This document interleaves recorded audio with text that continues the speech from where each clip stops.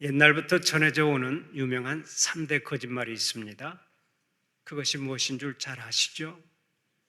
처녀가 시집 안 간다고 하는 말, 그것이 첫 번째 하얀 거짓말이고, 또 장사가 미치고 판다는 말이 두 번째로 하얀 거짓말이고, 세 번째로 노인이 빨리 죽고 싶다라고 말하는 것이 하얀 거짓말에 속합니다.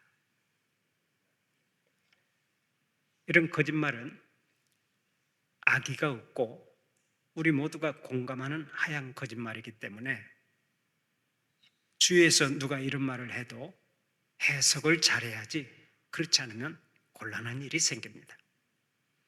실제로 어떤 가정에서 한 할머니가 날만 새면 이렇게 말했다고 합니다. 아이고, 내가 빨리 죽어야지. 아무짝에도 쓸모없는 인간이 오래 살면 뭐하나? 그 말을 날마다 하고 사니까 어느 날 그 집의 손자가 어디서 약을 준비해가지고 그 약을 들이밀면서 말했습니다.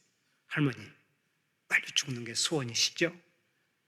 그러면 이 약을 드시고 빨리 죽으세요. 이 약만 먹으면 금방 끝난대요. 그때 할머니가 노발대발하며 야단이 났습니다. 뭐라고 이놈아? 이런 불효자식이 어디 있나? 아니, 자기 할머니에게 빨리 죽으라고 약을 갖다 주는 놈이 어디 있어? 아이고, 억울해, 억울해. 내가 이런 손자를 기로하고 사랑했다니. 노발대발하며 야단이 났습니다. 그러자 손자가 빙긋이 웃으며 이렇게 말했다고 합니다. 할머니, 너무 흥분하지 말고 제 말 좀 들어보십시오. 사실은 이것이 먹으면 죽는 약이 아니고 요즘 최고로 인기가 있는 영양제예요, 영양제. 제가 할머니를 한번 시험해 본 것뿐이에요. 할머니, 이 영양제 드시고 부디 오래오래 사십시오. 재밌는 이야기죠. 우리가 한 생을 살면서 죽고 싶다라고 하는 말을 종종 하지만 그것은 정말 살고 싶다라는 뜻의 또 하나의 표현일 뿐입니다. 이 세상에 죽기를 소원하는 사람이 없습니다. 다 살기를 원하는 거예요. 하나님께서는 모든 인간에게 살고자 하는 본능을 태초부터 부여하셨기 때문입니다. 그런데 오늘의 본문을 보면 바울은 죽기를 각오하고 예루살렘으로 들어갔습니다. 예루살렘에 들어가면 어떻게 결박을 당하고 고난을 당할지 알 수가 없습니다. 그곳에서 인생이 끝날지도 모르는 형편입니다. 그런데 바울은 본능을 거스르면서까지 죽기를 각오하고 예루살렘으로 들어갔습니다. 왜 그랬습니까? 자기가 받은 사명, 곧 예수 그리스도를 전하기 위해서였습니다. 바울은 예수님을 전파하기 위해서 살고자 하는 본능까지 뛰어넘은 것입니다. 오늘은 바울이 예루살렘에 도착해서 어떻게 사역을 펼쳐나갔는지를 살펴보며 함께 은혜를 나누고자 합니다. 먼저 15절, 16절 말씀을 다시 한번 함께 봉독해 볼까요? 15절, 16절 말씀을 함께 봉독합니다. 이 여러 날 후에 여장을 꾸려 예루살렘으로 올라갈새 가이사랴의 몇 제자가 함께 가며 한 오랜 제자 구브로 사람 나손을 데리고 가니 이는 우리가 그의 집에 머물려 함이라. 아멘. 가이사랴에서 예루살렘까지는 약 100km 정도 됩니다. 교통수단이 발달하지 않은 그 시대에는 아주 먼 거리죠. 거기에다가 예루살렘에 도착할 때 과연 믿음의 형제들이 자기를 반갑게 맞아줄 것인지, 어디서 머물 수 있을 것인지 알 수가 없었습니다. 또 바울만 혼자 가는 것이 아닙니다. 동행한 사람들이 있었고 가이사랴에서 새롭게 합류한 사람들도 있었습니다. 그러니 그 많은 사람들이 머물기 위해서는 넓은 집이 있어야 했고 먹을 것도 많이 필요했습니다. 그런데 마침 일행 중에 바울의 오랜 제자인 구브로 사람 나손이 있었습니다. 그럼 오랫동안 바울과 믿음의 교제를 나누었는데 상당한 재력가였습니다. 예루살렘에 큰 집과 재산을 가지고 있었습니다. 그러니 얼마나 감사하고 다행한 일입니까? 비록 결박과 환란이 기다리고 있는 예루살렘이지만 사도 바울이 잠시라도 나손의 집에 머무르면서 복음을 전할 수 있었던 것은 하나님의 크신 은혜였던 것입니다. 그런데 이는 바울의 입장에서만 감사한 것이 아니었습니다. 나손의 입장에서 생각할 때도 보통 감사한 일이 아니었습니다. 왜 그렇습니까? 사도 바울처럼 위대하고 훌륭한 하나님의 종을 자기 집에 모시고 섬길 수 있었기 때문입니다. 사실 하나님께서 보내신 바울을 대접하는 것은 곧 하나님을 대접하는 일이라고 할 수 있습니다. 바울이 복음을 위해서 수고하는 종이라면 그를 대접하는 것이 곧 하나님을 섬기는 일인 것입니다. 그래서 나손은 기쁨으로 바울과 그 일행을 돕고 섬겼습니다. 우리 교회에서도 나손과 같은 주님의 일꾼들이 많이 나오시기를 간절히 바랍니다. 저의 후배 목사가 심우하는 장계 제일교회에 한수 집사님과 권사님이 계십니다. 그들 부부가 한때 장계에서 대통령 주유소를 경영했는데 저는 주유소 이름 중에 그렇게 거창한 이름은 처음 들어봤습니다. 그들 부부가 믿음 생활을 잘한다고 해서 제가 일부러 그곳까지 가서 휘발유를 넣고 온 적이 있는데 그곳에 가서 제가 대통령이 된 것처럼 대접을 잘 받았습니다. 그 집사님 네 분은 현재 그 교회에서 11조를 제일 많이 하는 교인입니다. 그런데 그들이 예수를 믿기 전에는 너무나 가난해서 날마다 끼니를 걱정하며 살아야 할 정도로 궁색하게 살았습니다. 그러니 얼마나 힘들고 괴로웠겠습니까? 그랬던 어느 날 그 홍고사님이 자기 발로 교회를 찾아갔습니다. 길을 지나가다가 교회에서 부흥회를 한다고 하니까 그냥 무조건 교회로 들어간 거예요. 성령님께서 걸음을 인도하신 것이죠. 그런데 그날 부흥회에 참석하고서 큰 은혜를 받았습니다. 그때부터 믿음 생활을 시작했는데 부흥산 목사님에게 제대로 배워서 그랬는지 몰라도 아예 교회에 나오는 첫날부터 11조 생활을 하기 시작했습니다. 찢어지게 가난한 생활 가운데서도 반드시 11조 생활을 하고 새벽마다 하나님 앞에 나와 간절히 기도했습니다. 그러니까 처음 교회에 나오면서부터 새벽제단을 쌓기 시작한 거예요. 그러면서 그의 가정이 부흥을 하기 시작을 하는데 희한하게도 무슨 사업이든 손만 대면 다 잘 되는 거예요. 처음에는 그 권사님의 남편이 택시기사를 했습니다. 그런데 사람들이 꼭 그 남편의 택시만 골라서 탔습니다. 돈을 벌기 시작했습니다. 그런데 어느 날 한 지인이 찾아와서 자신의 개인 택시를 넘겨주었습니다. 돈은 나중에 벌어서 갚으라고 하면서 개인 택시를 넘겨준 거예요. 그 후에 돈을 많이 벌어서 덤프트럭을 2대나 샀습니다. 그때 거의 문을 닫기 직전에 주유소가 하나 있었는데 주인이 그들 부부에게 한번 경영해 보라고 부탁을 했습니다. 그래서 임대료는 나중에 주기로 하고 주유소를 경영하게 되었는데 그 부부가 경영하기 시작하면서부터 모든 자동차가 그 주유소로만 몰려드는 거예요. 남의 집 얘기라고 아멘도 안 하십니다. 모든 자동차가 그 주유소로만 몰려들어요. 그러자 주인이 2년 만에 나가라고 하는 거예요. 돈을 너무 많이 버니까 주인이 해보겠다고 그 집사님 네 분을 쫓아낸 것입니다. 그때 그들 부부가 거기서 좀 떨어진 곳에 가정 주유소를 차렸습니다. 그런데 그것도 잘 되었습니다. 그러자 한 주유소에서 폐업을 하려다가 그들 부부를 불러 우선 계약금만 주고 주유소를 인수하라고 했습니다. 그렇게 해서 대통령 주유소를 차렸습니다. 그런데 그들이 주유소를 차리자마자 또 모든 차들이 그 주유소로만 몰려들었습니다. 그러는 동안 홍 권사님은 남편과 시댁 식구들을 다 전도하고 교회에서는 가장 봉사를 잘하는 주님의 일꾼이 되었습니다. 특별히 주의 종인 담임 목사를 지성으로 섬기는데 하루도 빼놓지 않고 그 무엇인가를 계속해서 갖다 드리는 것입니다. 하다못해 이맘때면 감이나 사과라도 가져오고 또 엿이라도 가져온다는 거예요. 저도 그 덕분에 엿 좀 얻어 먹고 왔는데 그렇게 주의 종을 섬기면서도 혹시 다른 사람이 시험에 들까 봐 아무도 모르게 겸손하게 섬겼다고 합니다. 그래서 제가 칭찬을 많이 해주고 돌아온 적이 있고, 제가 쓴 책에 그 사람의 그 신앙생활을 소개한 적도 있습니다. 여러분, 성도들이 주의 종을 잘 섬기고 열심히 돕는 것은 그 목사님이 꼭 훌륭하고 대단해서가 아니죠.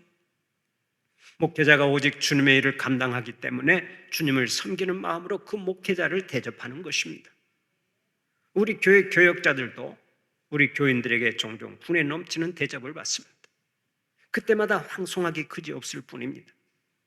아니, 우리가 뭔데 이런 대접을 받나?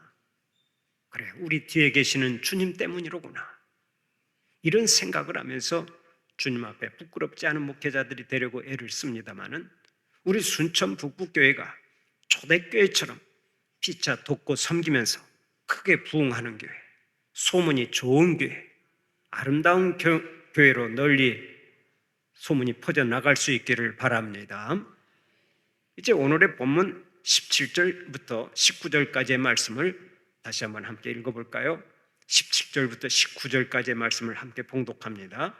예루살렘에 이르니 형제들이 우리를 기꺼이 영접하거늘 그 이튿날 바울이 우리와 함께 야고보에게로 들어가니 장로들도 다 있더라.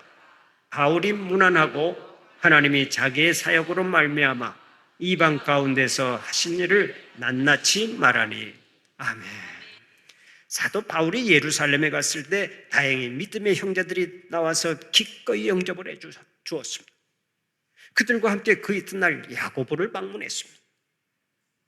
여기에 나오는 야고보는 예수님의 동생 야고보입니다. 12제자 중에 한 사람인 야고보는 일찍 헤롯 왕의 칼에 맞아 죽었습니다.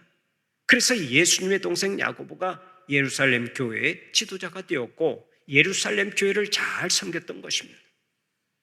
여기서 야고보가 예루살렘 교회의 지도자가 된 것을 보면 감사하지 않을 수가 없습니다. 본래 야고보는 자기의 육신의 형님인 예수님을 구세주로 믿지 않았습니다. 오히려 형님 때문에 자기 집안이 유대인들의 표적이 되고 경계의 대상이 되는 것에 대해서 못마땅하게 생각한 사람이었습니다. 그런데 그가 예수님이 십자가에 못 박혀 죽었다가 부활하시자 그때 비로소 예수님이 하나님의 아들이요 구세주이신 것을 확실히 믿게 되었습니다. 그 성령을 받고 예루살렘 교회의 기둥 같은 일꾼이 되었습니다. 바로 여기에 아주 귀한 교훈이 있습니다. 지금 내 곁에 있는 나의 형제, 나의 자매가 예수를 믿지 않아도 계속해서 인내하고 기도하면 언젠가 주님의 사람으로 변화되고 좋은 협력자가 된다는 것이 그것입니다. 끝까지 기도하고 전도해서 응답의 열매를 많이 거두는 우리 성도들이 되시기를 바랍니다. 그러면 바울이 야고보와 장로들에게 어떻게 선교 보고를 했습니까? 오늘의 본문을 보면 바울이 문안하고 하나님이 자기의 사역으로 말미암아 이방 가운데서 하신 일을 낱낱이 말하니라고 했죠. 바울은 이방인들 가운데 다니면서 복음을 전파하고 굉장한 역사를 일으켰는데 그것들이 다 하나님께서 하신 일이라고 말했습니다. 바울 자신은 단지 하나님께서 하시는 일에 조금 봉사한 것뿐이라고 말합니다. 이것이 바로 사도 바울의 위대한 신앙인데 우리가 이 신앙을 본받아야 할 줄로 믿습니다. 내가 교회에서 아무리 위대한 일을 수행했다고 해도 나를 앞세우고 나를 자랑하면 안 됩니다. 모든 것은 하나님께서 하신 일이고 나는 그저 봉사자로 쓰임 받았기 때문입니다. 사랑하는 우리 성도들은 오직 사도 바울과 같은 신앙으로 주 앞에서 충성을 다하시기 바랍니다. 그런 의미에서 한번 따라서 해봅시다. 주님, 저는 그저 봉사자일 뿐입니다. 모든 영광은 주님께 돌립니다. 저는 아무것도 아닙니다. 주님만 영광 받으시옵소서. 아멘입니까? 하나님께로부터 귀하게 쓰임받는 것을 감사하면서 항상 겸손하게 일하고 모든 영광은 하나님께 돌리는 여러분들이 되시기를 축원합니다. 이제 오늘의 본문 20절, 21절 말씀을 함께 읽어볼까요? 20절 21절 함께 봉독합니다. 그들이 듣고 하나님께 영광을 돌리고 바울더러 이르되 형제여 그대도 보는 바에 유대인 중에 믿는 자 수만 명이 있으니 다 율법의 열성을 가진 자라. 내가 이방에 있는 모든 유대인을 가르치되 모세를 배반하고 아들들에게 할례를 행하지 말고 또 관습을 지키지 말라 한다 함을 그들이 들었도다. 아멘. 사도 바울의 선교 보고를 들은 야고보와 장로들은 다 하나님께 영광을 돌렸습니다. 바울이 다 하나님께서 하신 일이라고 말했기 때문에 듣는 사람들이 하나님께 영광을 돌렸습니다. 만약 바울 자신이 전부 다 자기가 행한 일이라고 말했다면 아마 거기 있는 사람들이 바울에게 영광을 돌렸을 것입니다. 그러나 바울은 그렇게 하지 않았습니다. 살든지 죽든지 오직 주님만 존귀케 되기를 원했던 사도 바울은 모든 영광을 하나님께 돌렸어요. 이 신앙을 우리가 본받아야 될 줄로 믿습니다. 그러면 하나님께 영광을 돌린 후에 야고보와 장로들이 바울에게 들려준 말이 무엇입니까? 본문 20절을 보면 이렇게 말합니다. 형제여 그대도 보는 바에 유대인 중에 믿는 자 수만 명이 있으니 다 율법의 열성을 가진 자라. 믿는 자면 믿는 자일 것이지 율법의 열성을 가진 자라고 하는 말이 무슨 뜻입니까? 이것은 예수를 믿으면서도 전부 다 율법 지키는 일에 열심을 냈다는 얘기입니다. 여러분, 이렇게 신앙생활을 하는 것이 잘하는 것입니까? 아니면 잘못된 것입니까? 이는 잘못된 신앙생활입니다. 왜 그런 줄 아십니까? 그들은 예수도 믿고 율법도 지켜야 구원을 받을 수 있다고 믿었기 때문입니다. 구원은 오직 예수 그리스도를 믿음으로써 받을 수 있습니다. 그러므로 율법을 잘 지켜야만 구원을 받을 수 있다고 하는 것은 분명히 잘못된 신앙입니다. 우리가 아는 사실입니다만 이 세상에 율법을 잘 지켜서 구원받을 사람은 단 한 명도 없습니다. 하나님께서 주신 율법을 사람들에게 전해준 모세도 율법으로는 구원받을 수 없었습니다. 이렇게 율법으로는 구원받을 수 없었기 때문에 하나님께서 아들 예수 그리스도를 이 땅에 보내셨죠. 이 땅에 강림하신 예수님은 하나님의 뜻을 따라 십자가 위에서 우리의 모든 죄를 대속하시고 우리를 죄와 사망에서 구원하셨습니다. 이제 우리는 예수 그리스도를 구세주로 믿기만 하면 구원의 은총을 덧입고 영생의 복을 누리게 되는 것입니다. 얼마나 감사한 일입니까? 우리의 행위는 깨끗하지 못해도 오직 예수 그리스도를 믿기만 하면 구원을 받게 되었으니 이보다 더 놀라운 은혜는 없는 줄 믿으시기 바랍니다. 이 놀라운 은혜를 아는 미국의 로버트 로우리 목사는 오늘도 찬송가 544장에서 이렇게 노래합니다.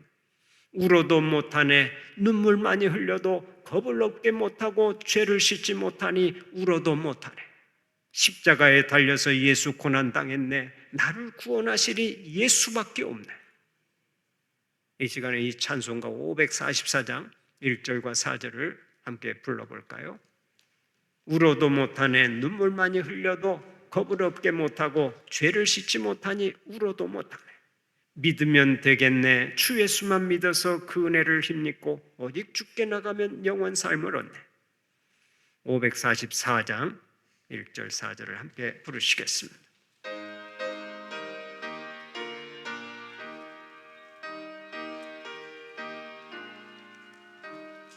울어도 못하네 눈물 많이 흘려 겁을 얻게 못하고 죄를 씻지 못하니 울어도 못하네. 십자가에 달려서 예수 고난당했네. 나를 구원하시니 예수밖에 없네. 믿으면 되겠네. 주 예수만 믿어서 그 은혜를 힘입고 오직 주께 나가면 영원 삶을 얻네. 십자가에 달려서 예수 고난 당했니. 나를 구원하시리 예수밖에 없네. 할렐루야. 사랑하는 우리 성도들은 오직 믿음으로 구원받게 된 것을 감사하시기 바랍니다. 그러면 오직 믿음으로 구원받게 되니까 하나님께서 주신 율법은 이제 필요가 없는 것입니까? 그렇지 않습니다. 우리가 믿음으로 구원받지만 율법은 귀하게 여겨야 합니다. 율법을 완전히 폐기할 수가 없습니다. 왜 그렇습니까? 믿음으로 구원받은 사람은 이제 감사함을 가지고 하나님의 말씀 따라 살아가야 하기 때문에 그렇습니다. 구원받기 위해서 율법대로 살려고 하는 것이 아니라 구원받았기 때문에 이제는 하나님의 말씀인 율법대로 살아야 하는 거예요. 그런 의미에서 구원받은 백성들은 율법을 더 잘 준수해야 합니다. 십계명을 더 잘 지켜야 합니다. 땅의 백성들은 땅의 법을 따라 살지만 하늘의 백성들은 이제 하늘의 법을 붙잡고 살아야 하는 것입니다. 사랑하는 우리 성도들은 구원받은 백성들로서 하나님의 말씀을 더 사랑하고 계명을 더 잘 지키는 자들이 되시기를 바랍니다. 이제 본문 22절부터 24절까지의 말씀을 함께 읽어볼까요? 22절부터 24절까지의 말씀을 함께 봉독합니다. 그러면 어찌할꼬 그들이 필연 그대가 온 것을 들으리니 우리가 말하는 이대로 하라. 서원한 네 사람이 우리에게 있으니 그들을 데리고 함께 결례를 행하고 그들을 위하여 비용을 내어 머리를 깎게 하라. 그러면 모든 사람이 그대에 대하여 들은 것이 사실이 아니고 그대도 율법을 지켜 행하는 줄로 알 것이라. 아멘. 사도 바울이 예루살렘에 왔다는 사실이 알려지면 유대인들이 몰려와서 가만히 있지 않을 것입니다. 그러자 예루살렘의 교우들이 이렇게 제안을 합니다. 바울 사도님, 앉아서 그냥 당할 것이 아니라 사도님이 율법을 배반한 사람이 아니라고 하는 사실을 보여줍시다. 그러면 내가 어떻게 하면 좋겠는가? 지금 서원한 사람 4명이 있는데 그들을 데려다가 율법을 따라서 정결 예식을 행하게 하고 또 그들의 머리 깎는 비용을 선생님이 다 대준다고 하면 유대인들의 오해가 풀릴 것입니다. 아, 그런가? 그러면 그렇게 하지. 그 당시 유대인들은 하나님께 헌신하기를 서원할 때 율법을 따라서 머리를 깎고 예물을 드리는 정결 예식을 행했는데 민수기 6장에 나오는 대로 정결 예식을 행했는데 그 정결 예식을 행하면서 오해를 풀자는 것입니다. 바울은 줄곧 예수 그리스도를 믿어야 구원받는다고 외쳤습니다. 그러다 보니까 유대인들은 바울이 율법을 완전히 무시하고 사는 사람이라고 오해를 했습니다. 그 오해를 불식시키기 위해서 율법을 따라 정결 예식도 행하고 바울이 머리 깎는 사람들의 비용도 대주려고 했던 것입니다. 우리가 이 세상을 살다 보면 뜻하지 않게 사람들로부터 오해를 받을 수 있습니다. 내가 행한 일이 왜곡되고 그로 인해 불신을 당하면 그 괴로움은 말로 표현할 수 없을 만큼 큰 것입니다. 그러나 오해와 불신 속에서도 우리는 믿음으로 잘 극복해 나가야 하겠는데 사도 바울은 어떻게 대처해 나갔습니까? 문자 그대로 차분하게 믿음으로 극복해 나갔습니다. 바울은 즉각 그들의 제안대로 서원한 사람 4명을 데리고 성전에 들어가 함께 정결 예식을 거행했습니다. 그리고 서원한 기간 동안 성전에 함께 있다가 정결 예식 기간이 만기가 된 것을 그들에게 알려주었습니다. 이것을 보고 어떤 사람들은 바울이 죽는 것이 두려워서 율법주의자들과 타협했다고 비난하며 그의 선교는 실패로 끝났다고 말합니다. 어떻게 보면 그렇게 말할 수도 있습니다. 그러나 바울은 오직 유대인들을 전도하기 위해서 그렇게 행했던 것입니다. 고린도전서 9장에서 말한 것처럼 사도 바울은 이방인을 전도하기 위해서는 이방인처럼 되었고 유대인들을 전도하기 위해서는 유대인처럼 되었습니다. 사실 바울은 하나님 앞에서 서원한 사람들의 머리 깎는 비용을 대주고 성전에서 정결 예식을 행하지 않아도 됩니다. 그러나 자신에 대해서 오해하고 있는 유대인들을 한 사람이라도 더 전도하기 위해서 그렇게 행한 것입니다. 바로 여기에서 바울의 뜨거운 전도의 열정을 다시 한번 확인할 수 있죠. 사도 바울은 사나 죽으나 오직 예수 그리스도의 이름만 전파된다면 자기의 자존심을 다 버렸습니다. 자기 고집도 다 버렸습니다. 돌에 맞고 감옥에 들어가는 것도 기꺼이 수용했습니다. 그리고 마지막에는 죽음까지도 불사했습니다. 이러한 전도의 열정이 세계의 역사를 뒤바꿔 놓은 것입니다. 하나님께서는 사람을 통해 오늘도 일하십니다. 사랑하는 우리 성도들도 사도 바울처럼 영혼을 사랑하는 마음과 전도의 열정이 넘쳐나서 우리 하나님께 귀하게 쓰임받고 하나님의 영광을 높이 드러내시기를 간절히 축원합니다.